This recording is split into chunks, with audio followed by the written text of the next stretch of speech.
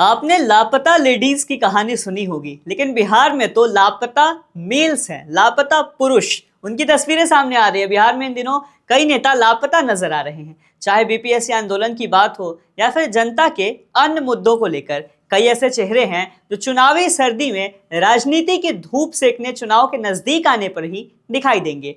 ऐसे में बिहार के एक नेता हैं मुकेश सहनी। आइए जानते हैं कि आखिरकार विकासशील इंसान पार्टी के संस्थापक मुकेश सहनी आजकल इन दिनों कहां लापता हैं। बिहार विधानसभा चुनाव में अपनी दावेदारी पेश करने वाले मुकेश को क्या जनता के बुनियादी मुद्दे नहीं दिखाई देते? क्या बीपीएससी प्रोटेस्ट में लाठी खा रहे युवा मुकेश सहनी और उनकी पार्टी को नहीं दिखाई देते? चुनाव से पहले जहां मुकेश ग्राउंड पर उतरकर जनता का मन मोह सकते थे, लेकिन इसी बीच मुकेश लापता हैं।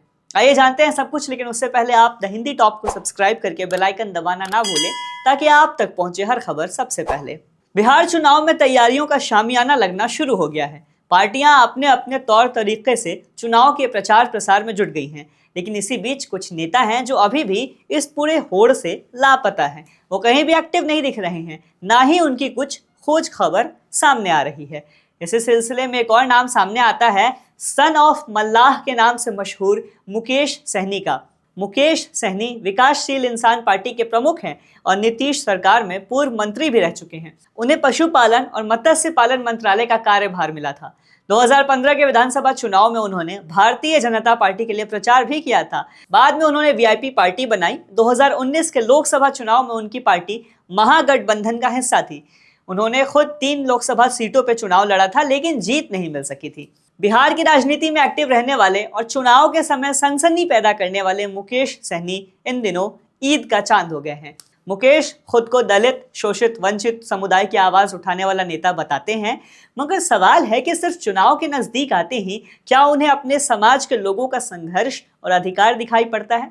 मुकेश अभी आरजेडी को समर्थन देने का दावा करते हैं, लेकिन ये कयास भी मजबूती से लगाए जा रहे हैं कि दलित समाज को लेकर मुकेश और उनकी पार्टी की जो मांग है, अगर एनडीए भी मान जाए तो मुकेश उधर शिफ्ट हो सकते हैं। यानी बिहार के सियासी जानकार मुकेश को मौका परस्त भी बुला रहे हैं।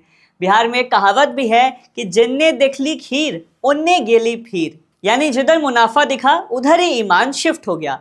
वैसे राजनीति में नेताओं की ये सब नैतिकता देखने को मिलती रहती है। नैतिकता का चोला उतारना ही राजनीति में दाखिल होने का टिकट है। बहरहाल सीटों और वोट को लेकर इधर उधर जाना राजनीति में चलता रहता है, मगर जिस समाज के अधिकार और लोगों के विकास को साधने के लिए नेताजी आए थे, वो विलुप्त हो गए हैं। ये बात जरा कम पचती है। क्या नेताजी को बाहर निकलने में जाड़ा लगता है? क्या नेताजी को जनता से कोई मतलब नहीं? क्या नेताजी मछली मारने में मगन है? गौरतलब है कि मुकेश सहनी मछुआरा समाज से आते हैं। मुकेश इन दिनों नदारद हैं। बिहार में अनेकों ऐसे मुद्दे हैं जिन पर पार्टी यानी विकासशील इंसान पार्टी को विकास की बातें करनी चाहिए थी।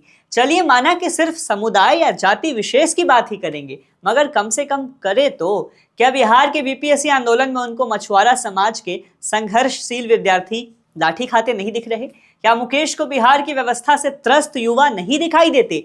क्या मुकेश चाहेंगे कि बिहार के मछुआरा समुदाय के बच्चे जीवन भर मछली मारने का ही काम करते रहें?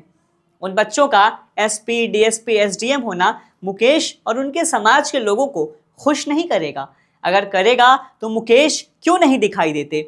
बिहार का बवाल यानी यूपीएससी आंदोलन में मुकेश चाहते तो प्रशांत किशोर की तरह राजनीति में सनसनी भी बन सकते थे। इसी बहाने उन्हें फुटेज भी मिलता, वोट भी बढ़ते, विद्यार्थियों का थोड़ा भला भी हो जाता।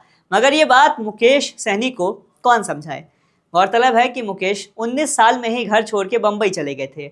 वहां कॉस्मेटिक स्टोर में सेल्समैन की नौकरी की, फिल्मों में, धारावाहिकों में, कार्यक्रमों में सेट बनाने का काम भी किया, खूब पैसा और नाम बनाया। Mukesh Cineworld private limited company की नींव भी डाली, लेकिन वापस बिहार लौटे और राजनीति में ही रम गए। यहाँ एक सवाल कौंधता है कि मुंबई जैसे महानगर से लौटे मुकेश, जहां भर भर के बिहार के लोग अपनी रोजी रोटी के लिए संघर्ष करते हैं, तो क्या मुकेश को बिहार के लोगों का वहां संघर्ष नहीं दिखता कि कैसे लोग खाने रहने के लिए दर दर भटक रहे हैं? दिखता तो होगा ही, मगर ये सत्ता के चश्मे का चिलमन चुनाव के नजदीक आने पर ही हटता है, जब सीट और शाख दांव पे लगती है। बहरहाल देखना है कि अता न पता मुकेश सहनी लापता कब और कैसे कमबैक करते हैं। शायद इस वीडियो को देखकर ही उनको विद्यार्थियों के पीठ पे पड़ी सरकारी लाठी की मार की दाग याद आए और उनकी खोई हुई याददाश्त लौट आए। उम्मीद है कि अब की मुकेश और मुकेश जैसे तमाम नेता जो विकास, दलित, समानता, योजना जैसे लॉलीपॉप देकर चुनाव में सीट पा भी जाएं तो अगले 4-4.5 साल ढीले ना पड़े। जनता का ना ठगा जाना राजनीति और लोकतंत्र के प्रति विश्वास बचाए रखने का एकमात्र साधन है। फिलहाल इस वीडियो में इतना ही। वीडियो पे अपनी राय कमेंट करें, सब्सक्राइब करें द हिंदी टॉप, हमें एक्स यानी ट्विटर, फेसबुक और इंस्टाग्राम पर भी फॉलो करें।